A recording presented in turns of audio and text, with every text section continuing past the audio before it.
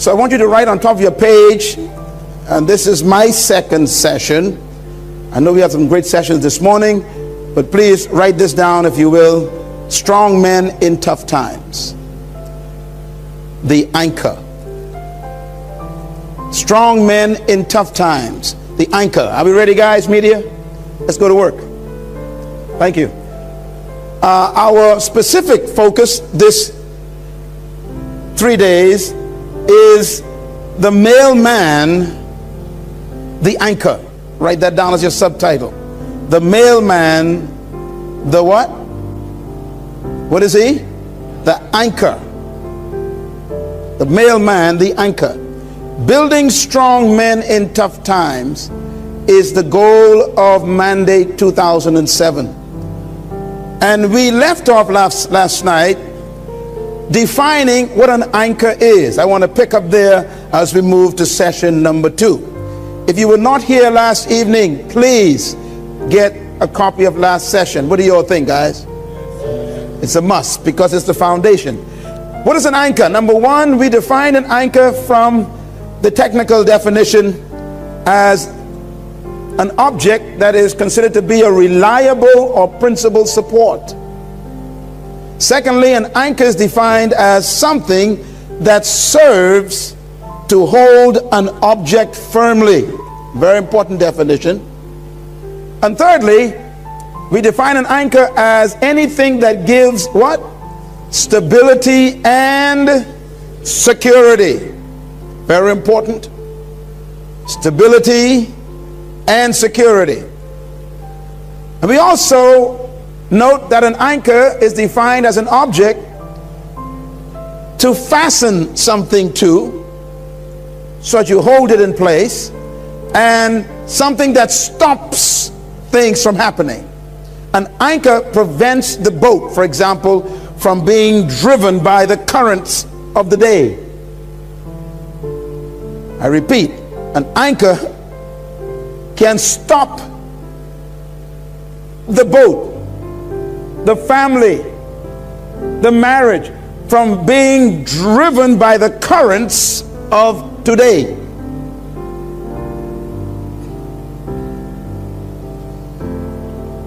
And finally, an anchor is defined as that which brings rest.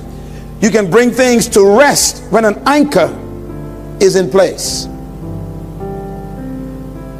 Anchors can also make you restful, give you security, peace.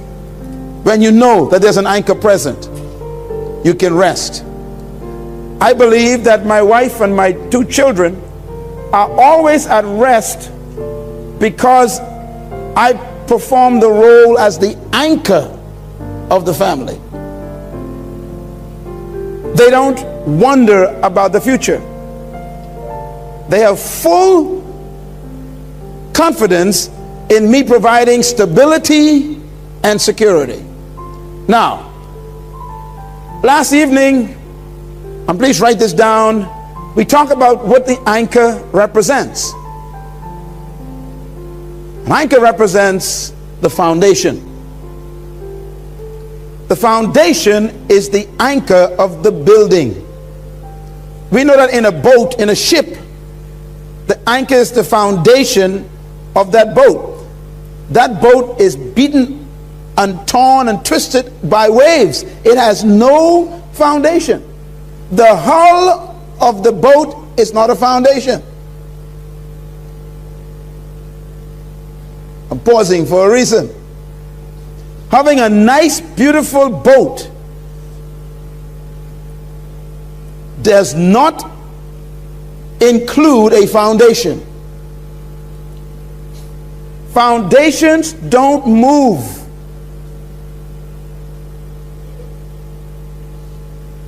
The only thing that secures a boat is an anchor that can find a rock. Then the entire hull is at rest. So the anchor is the foundation component to the human family. Now, The second point I want to make is that the anchor is tested in storms. It doesn't matter how much you brag about an anchor. The only way it will be tested is when you hit trouble times. I remember one day in the Bahamas, where I still live, we had a little boat called a Boston Whaler, and me and my friend would go out and we would ski, water ski, every day after school. We had our own boat. We worked on summers and bought our own boat. And man, I love to water ski over the water, just flying. And one day we went on the backside of an island called Rose Island, and there was sand everywhere. I mean, we were skiing in the back there, and suddenly we decided we wanted to go and do a little diving on a reef. Well, we found a rock, and we put the anchor on the rock. But the anchor, the current was so strong that the current took the anchor and actually break the anchor. Now we were in danger. We had a boat without anchor in current. Selah. Having an anchor is not enough, because your anchor must be able to handle what? Storms. If you break under pressure, the boat still becomes a victim of the current.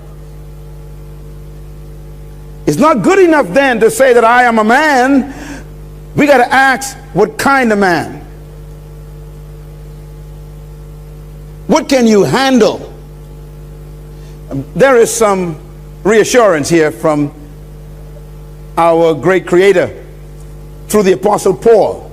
Can I just quote what he said? Listen carefully. He said, "And God will not allow you to be tested beyond that which you are able to overcome." Comprende? Verstehen? In other words, it doesn't matter, listen carefully please, what comes against you, what you didn't expect. I mean, you had your plans and they fell apart. Things just happened to you. Keep in mind God's promise. He still would not allow that if you were not able to overcome it. Which means, listen carefully, God will verify the quality of your anchor by the test He allows to come to you.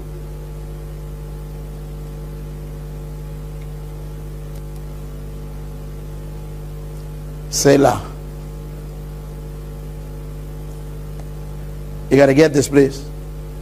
Some of you have been saying, this is the worst I've ever had it. And God sent me to tell you, no, this is the best revelation of how tough you are.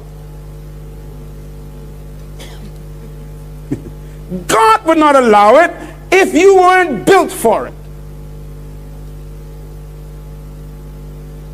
So if your test is greater than the guy sitting next to you or behind you, that's because at the moment your anchor capacity is stronger.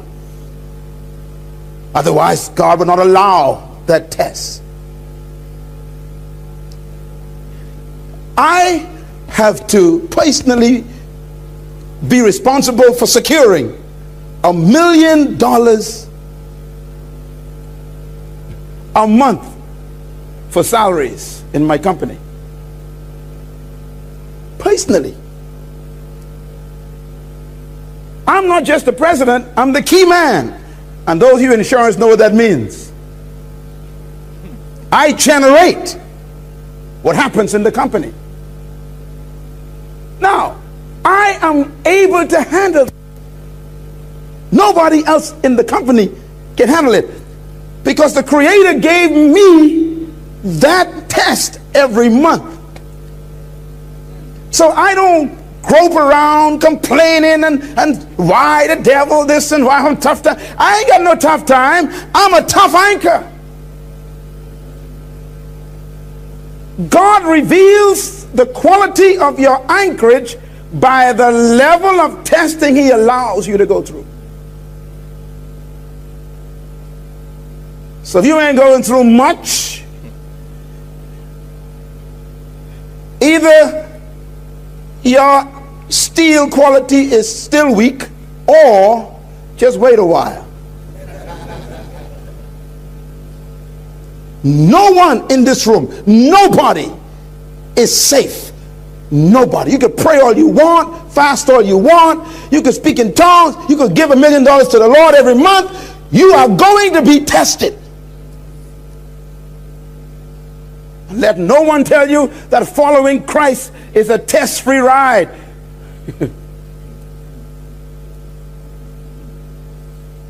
I wish I could come back next year and just teach you on being men of tests. It needs to be taught, because no vision is validated until it is tested.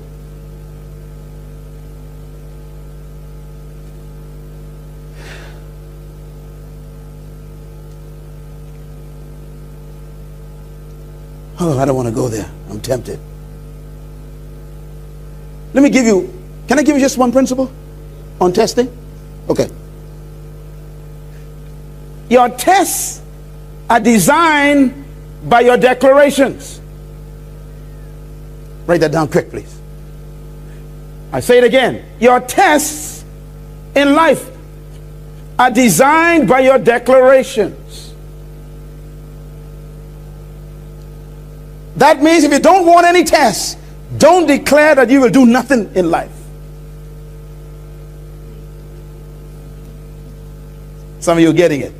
The moment you make a declaration that you're going to do something,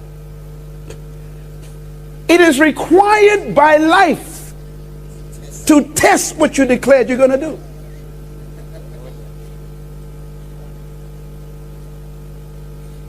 That's the principle of life. So if you say, for example, I am never going to have sex before I'm married. Every old girlfriend shows up next week. Phone calls start coming. Free lunches appear. And you're wondering what happened. You just invited the test by your declaration. I'm going to start a business. And every demon in hell wakes up. Hey, somebody else is declaring something there in London. Let's all go and see if he means it.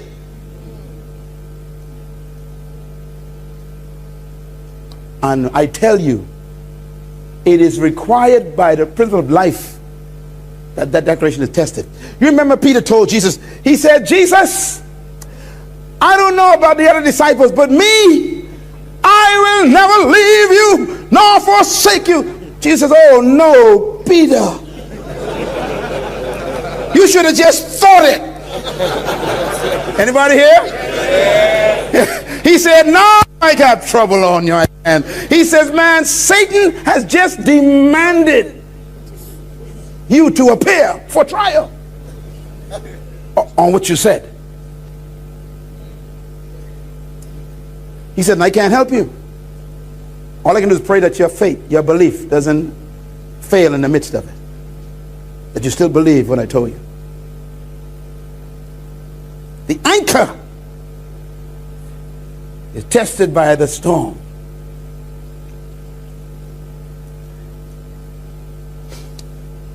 The anchor is only as good as what it survives. Write that down. Some of you men have been sent here to this conference by God because God's about to take you through something big in 208. Amen. And he wants you to remember his instructions in 207. He wants to make you aware that you're about to take on a big project that he had planned for you. It's going to frighten you, but he wants you to learn to survive the little ones in 207. God will never trust before he tests. Hallelujah. Write that down, please. God will what? Never trust before he tests. If God's going to use you and trust you with something, he has to test you. Now the Bible says God doesn't tempt any man. Watch this.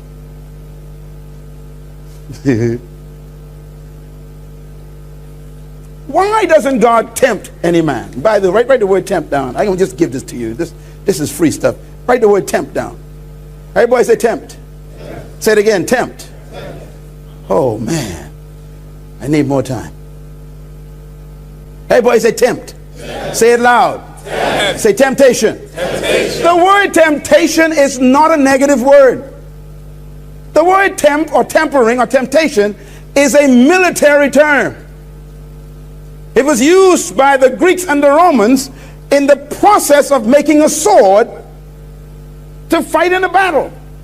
And the way they made the sword was a process called tempering or tempting. Let me describe tempting for you. What they would do is they would take a piece of steel, put it in fire, and until it becomes so hot that you can see through the steel and you'll see little black spots through the steel.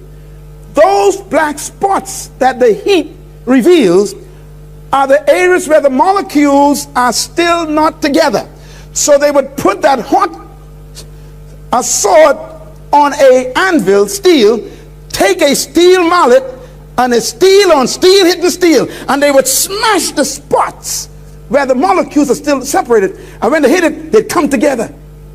And they would keep hitting it until there were no more black spots. Then they would put it in cold water, and the molecules would freeze up and makes the steel strong. Then they would take it and put it back in the fire, and it becomes hot again, and they find more spots in different places. They put it back on the anvil, and they take that maul of steel and they hit it and beat it, and they beat it until all the spots are gone. Put it back in cold water, and then put it back in the fire again. And they keep doing that process. Fire, beating, cold water. Fire, beating, cold water. Fire, beating, cold water. Anybody feel that way? Fire, whipping, cold water.